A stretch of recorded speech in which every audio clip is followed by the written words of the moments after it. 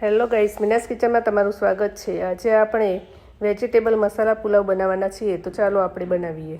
Vegetable મસાલા પુલાવ બનાવવા માટે અહીંયા આ રીતે રાઈસને બનાવી લેવો અને પછી બધા વેજીટેબલ પણ આ રીતે કટ કરી લેવા। તેમાં ગાજર, કાંદા, શિમલા મિર્ચ કટ કરીને લેવા અને વટાણાને છોલી લેવા। પછી કડાઈમાં 2 પરી તેલ લીધું છે। તેલ ગરમ થાય એટલે તેમાં જીરું, ખડા મસાલા, હિંગ નાખી તેમાં કાંદા નાખી તેમાં મરચાંની પેસ્ટ, લસણની પેસ્ટ નાખી લેવી અને સારી રીતે મિક્સ કરી તેમાં ગાજર, શિમલા મિર્ચ, વટાણા નાખી તેમાં મસાલો કરી લેવો।